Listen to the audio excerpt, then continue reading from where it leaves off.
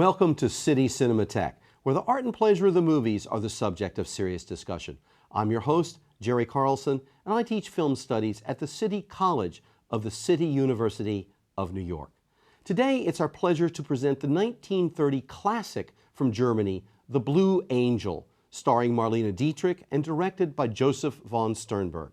Now, this is the film that made Marlene Dietrich a star. And we're going to be talking about that after today's screening because it's our pleasure to have with us the author of the most recent biography of Marlene Dietrich, Charlotte Chandler.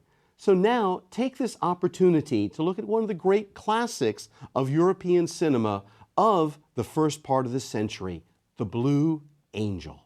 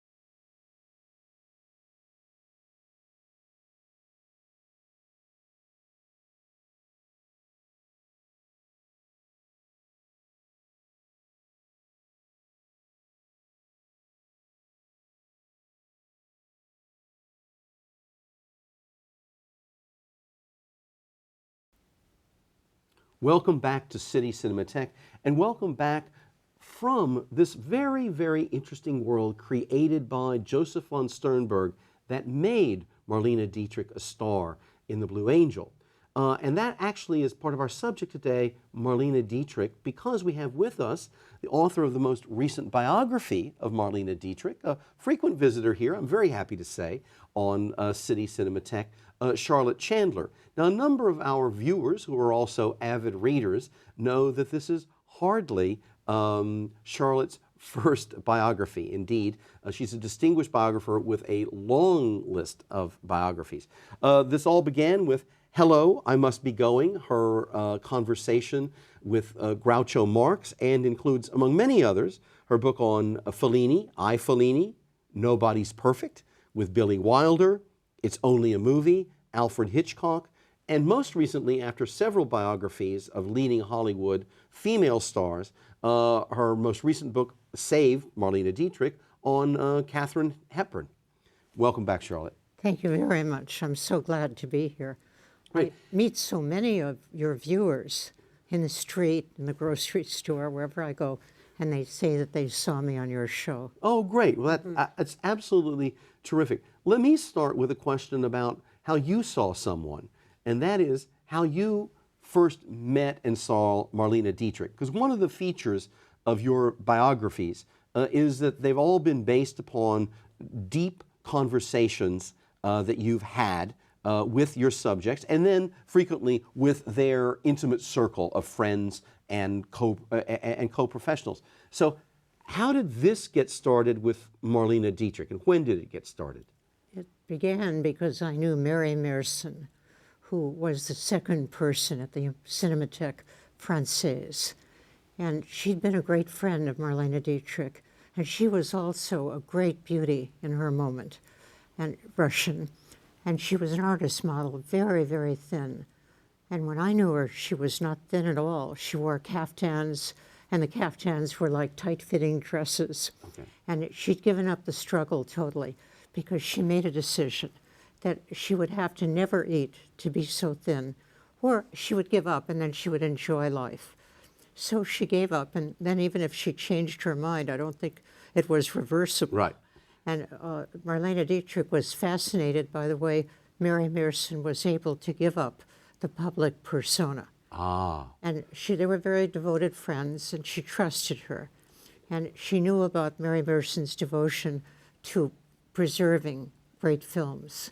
So when Mary Meerson called her and asked her if she would see me, she did. But she said the real reason that she could do it is because I hadn't known her when she was young and beautiful, so I wouldn't be making that comparison.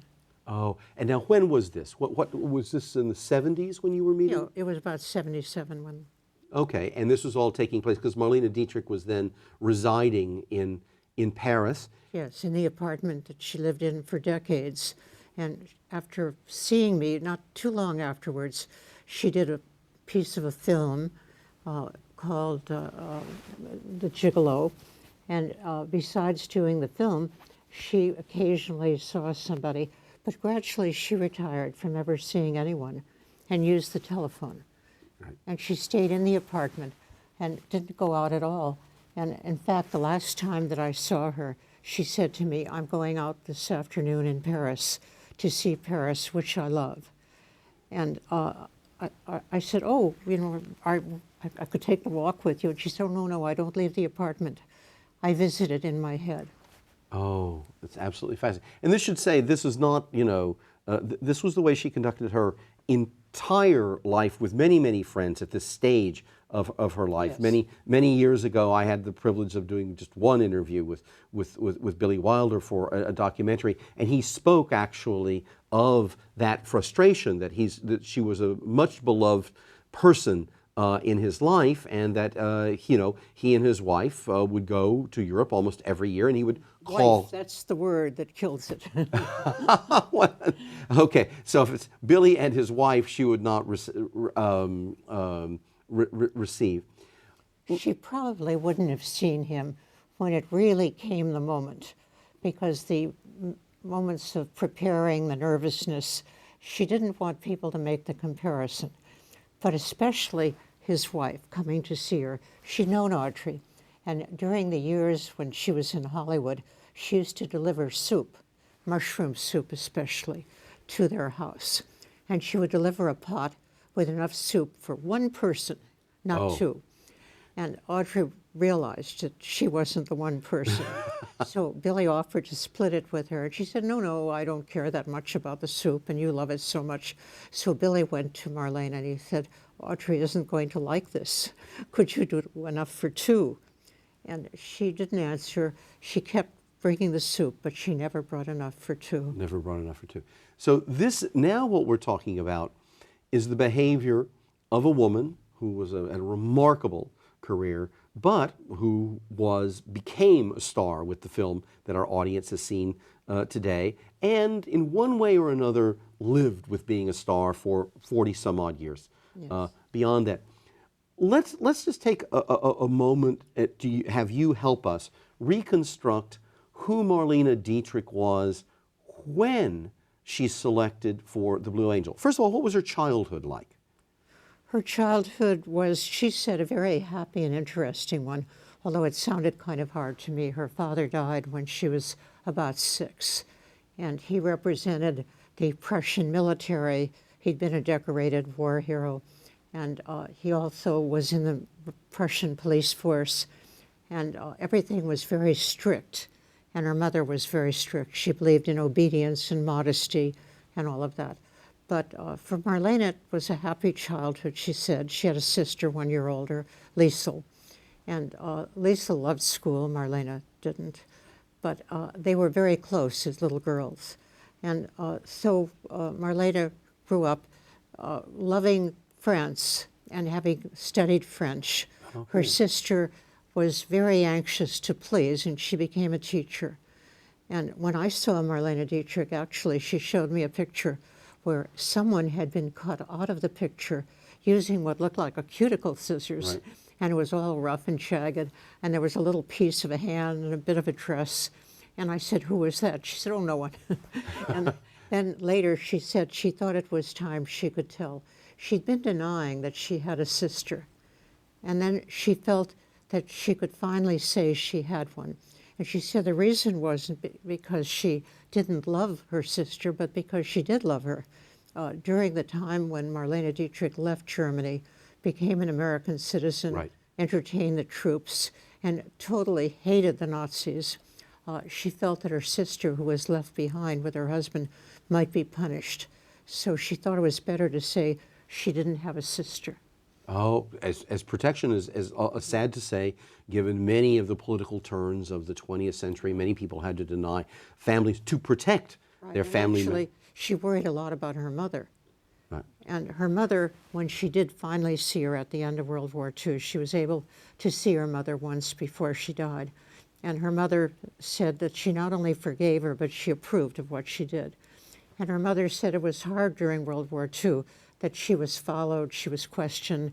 There was a lot of strain and tension. But nothing ever happened to her because she had married a second time after Marlene's father died. And she'd married a lieutenant colonel in the Grenadiers who was at the front, career military Right. person, who died in the war. And she felt because of that, that the army protected her, Oh, very. that the very, German army would not allow her to be persecuted. Very, very interesting. Speaking of wars, Marlene Dietrich is a young adolescent at the time of World War I. What effect did World War I have upon her? I mean, it's a as they say, impressionable age, but it's a very important window of time for someone. And of course, this was a devastating experience for the nation of Germany. She felt she was a traitor because she didn't feel she wanted Germany to win. She just wanted the war to be over. And she hated war, and she loved France, and she didn't understand how the French teacher, who was the person she most admired, a teacher who had come from France to teach in Germany, could be an enemy. And so she knew from that stage and that moment on that she couldn't bear the thought of all those young men marching away. And she understood the idea they weren't all going to come back, and that they weren't going to come back, Right. some of them whole, the way they'd left.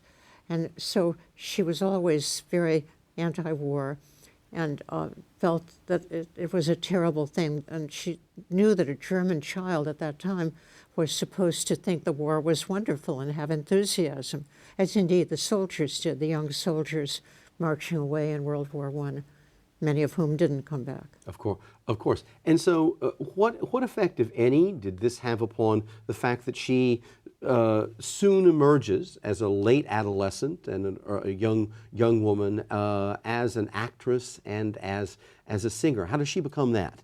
Well, she said she wasn't political. Of course, she saw things happening, but that basically she and the young man whom she'd met and who became her husband were interested in theater and in the movies.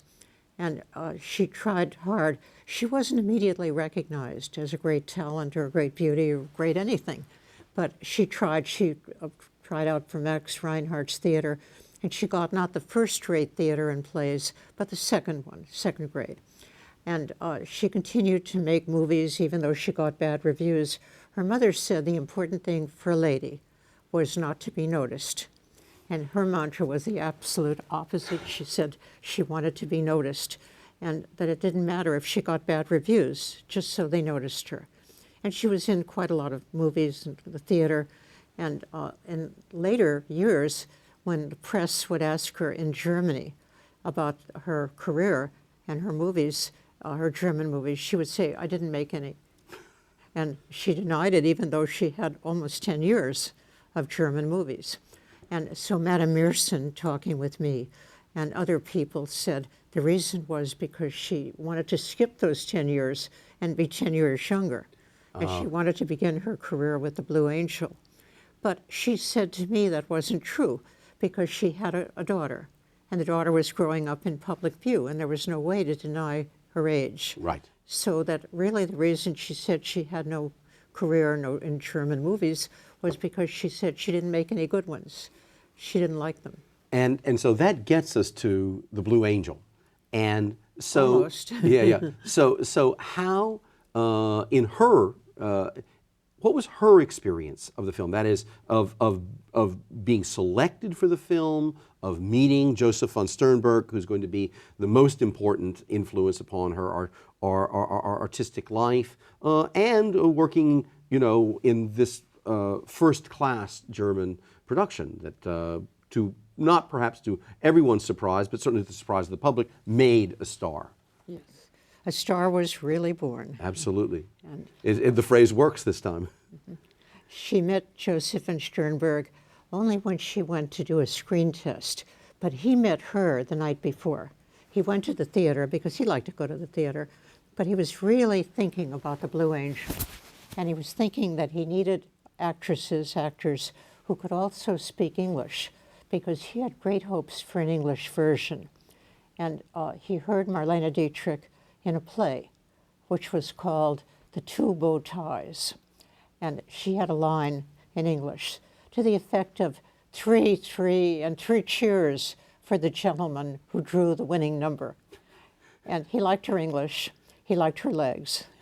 And he thought that even though she didn't fit any of his ideas about the Blue Angel lead and about doing Lola Lola, none of it was quite his preconception. He was fascinated by her, and he couldn't get her out of his mind. And he thought about her all night. And he scheduled a screen test. And the screen test was after what was supposed to be the last screen test for Lucy Mannheim, who was the favorite of Emil Jannings. And he had virtually promised her the part. She was sure of it, but she resented doing a screen test because she was a star. And why should she do a screen test? But she did it. And she came and she was quite prepared, and she knew everything that she was supposed to do. She had her whole part memorized. She wore some cheap jewelry with a good dress. And she did her screen test. And afterwards, there was a screen test for Marlene Dietrich, because Josef von Sternberg, who was there at the request of Jannings, who had worked with him in America and won an Oscar, had said that he wanted to have Lucy Mannheim, and Josef von Sternberg wanted to have Marlene Dietrich. And as soon as Marlene Dietrich did the screen test, so she never asked to see it, the part was hers. And she came badly dressed, badly prepared, and she'd said to herself, I don't care about this part. It isn't a good script. It isn't a good part, and I won't get it anyway, so I'm not going to be brokenhearted. And during the screen test, she was asked to sing a song, and she did. She was not prepared for anything. And the big problem was that Josef von Sternberg wanted to use a curling iron on her fragile hair, and she was afraid it would all fall out. But she let him do it, and he was very impressed with the way she took direction and the way she didn't know what she was doing, and that he could work with her. And he really liked that. But he liked everything about her, and he remade her. And she said that actually the way she came to look, the looks belonged more to him than to her. Even though she'd always been called a beautiful child and always admired, still it was a different look. And she said the looks that he gave her with top lighting, he was a lighting specialist, and with the makeup and with her losing weight, that the looks were almost too great a burden to bear, and that she stopped enjoying her good looks because the emphasis was too great on it. Right. And so what was her sort of ultimate feelings about, this is a film, Blue Angel, that begins a streak of films, a series of films with von Sternberg that are, by the way, much beloved, much reviled by some people, and objects of fascination 70 years later. So did she talk with you cumulatively about her experience with von Sternberg? I mean, what she thought about the whole experience of working with him? Well, when she was asked by von Sternberg to go to Hollywood right after The Blue Angel and make Morocco, she really didn't want to go. And she said that she had two reasons. She told her husband she didn't want to leave their little girl, Maria. And she said, couldn't we wait till Maria's a little older? And he said, her husband, who was a great manager in her life, Rudy, said, no, because then you'll be a few years older. And wise manager. Yeah, he was very wise and gave her good advice. She loved him through her whole life. And so she went to do Morocco. But she said much of the real reason was she was afraid of Hollywood. And she was afraid of failing. But she went, did Morocco, and it was a great success. Absolutely. Yeah.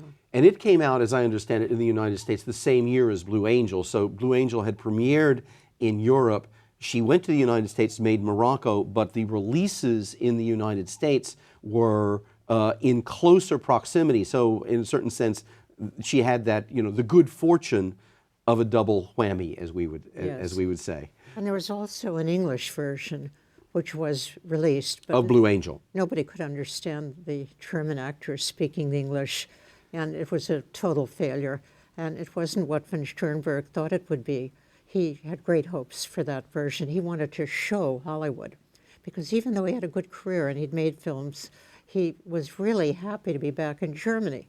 And the big thrill in his life was to be there in Germany, and he wanted to be received as a great hero, and he wanted to go on and work for UFA, the German studio. And Marlene always said she never could understand how a man as brilliant as Joe could want to stay in Germany and not see anything of what was coming, because they told him he couldn't direct. He was Jewish. Right. And they said, no Jewish directors, and you can't direct. But worse than that, if he'd stayed, he would not only wouldn't have been directing, he probably would have been killed. Absolutely the case. Now, this is a very interesting point to bring up about the relative fates of the three principals of this film, because it's actually, The Blue Angel is a film initiated by Emil Jannings, who's a major star of Hollywood cinema as well as German. His film. It's his film. He selected the novel. Von Sternberg then did the adaptation. They then did all the casting together. And this is Emil Jannings' vehicle in every possible sense that then becomes, it became a Marlene Dietrich film. Absolutely. And when Marlene Dietrich got the part, Emil Jannings wasn't happy because it wasn't his choice, but he never anticipated what was going to happen. And he was even less happy when it became a Marlene Dietrich film. Right. And of course, the fact is that Dietrich, even after her career and work with von Sternberg ends, goes through several successful reinventions of herself. I mean, everybody remembers her, for example, from Destry Rides Again. Yes. The roles that she had later in her career with Alfred Hitchcock and with Billy Wilder, playing age-appropriate roles in every way. So she tours later in life, singing. So she actually is the one who has the longest and most consistent career in terms of being able to reinvent herself and put herself in front of the public. Von Sternberg peaks in the 1930s, and his career becomes troubled in the 40s and the 50s, and eventually becomes someone where there's retrospectives, writes a very interesting autobiography, etc. And then most tragically, Emil Jannings not only stays in Germany, but becomes an ardent Nazi. And of course, after the war, is banned from artistic work because of his alliance with the Nazis, and goes from being the Academy Award-winning actor of the 1920s to the man banned from participation in his arts because of the very bad decisions that he made. Yeah. So you have this cluster of people coming together on this work, The Blue Angel, and then the paths that their lives will take. With her is actually the person made the star, who really then remains the star for the next almost 50 years. Yeah. She really worked at it. Well, she understood it. Well, what she was doing, she understood perfectly.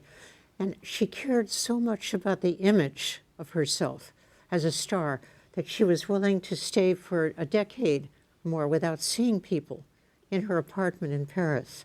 She was willing to do anything in order not to disturb that image. And there's a very interesting story about how she requested to have a refrigerator in her dressing room. Do you want to tell that? Or It's such a wonderful story. Dale Olson, a Hollywood publicist who was working for the Amundsen Theater, told me the story. And I thought to a great extent it summed up so much about Marlene Dietrich. But the theater asked him if he would take care of her when she was there for a few-week appearance. And he felt that they really wanted to be protected from her. And she asked for a refrigerator, but she wasn't happy with the little refrigerator stars usually got, which would hold caviar and smoked salmon and whatever. She wanted the largest refrigerator anyone could find. And she got it. And he wondered what it was for. She didn't tell him. She didn't tell anyone. But when they were going to open, he looked into the refrigerator, and it was empty. And all the shelves had been taken out, and he didn't know what she was going to do, but he found out after opening night that when everyone had left the theater, and they were virtually the only people still there, she took off her stiletto heels and put on ballerina shoes, walked out and began picking up all of the flowers. She carried back all of the roses that had been thrown and put them into the refrigerator. The next night, the roses were ready, and there were the ushers and people throwing the roses on the stage. And a few weeks later, the same roses were still performing. And Dale Olson said they were pretty wilted, but nobody knew. And they were out there until the very last night when she picked all of them up and carried them back to the refrigerator. And it says a lot about Marlene Dietrich and the kind of dedication and intelligence and the sort of showman she was. Well, and I think you bring up, we're going to really actually have to end on this, but I think it's a great anecdote to end with, because it points out the fact that for many years she was accused improperly, yes, you know, of being just the creation of Joe von Sternberg, and you know, in his hands. And yes, she survived, but this wonderful and charming anecdote, you know, speaks both to her professionalism, but to her understanding of exactly how the system of stardom and celebrity worked in her lifetime in the 20th century, and how she could take control of it. Absolutely. And use it for her own ends, and for that of the public, for which she was always so generous in her sense of what she was giving to them. I used it as a prologue. Oh, I knew I read that. I knew I read that somewhere. If you've enjoyed today's discussion, and if you'd like more information about City Cinematheque, or more generally about City University Television, please seek that information on our website. Please visit www.cuny.tv. There you'll find our schedule for City Cinematheque, descriptions of the other programming on CUNY TV, as well as click-ons so you can communicate with us by email. So please take time to visit www.cuny.tv. Charlotte, it's always a pleasure to have you here. The next book is Audrey Hepburn? Mm-hmm. Audrey Hepburn. Okay, you're invited instantly to come back and talk about Audrey Hepburn. You've got to hurry up and write that book so we can have you back, okay? I accept instantly. Okay, thank you so much. And I hope you'll tune in when we have Charlotte back talking about Audrey Hepburn, and I hope you've enjoyed today's discussion about Marlene Dietrich. In any case, thanks for joining us. Bye-bye for now.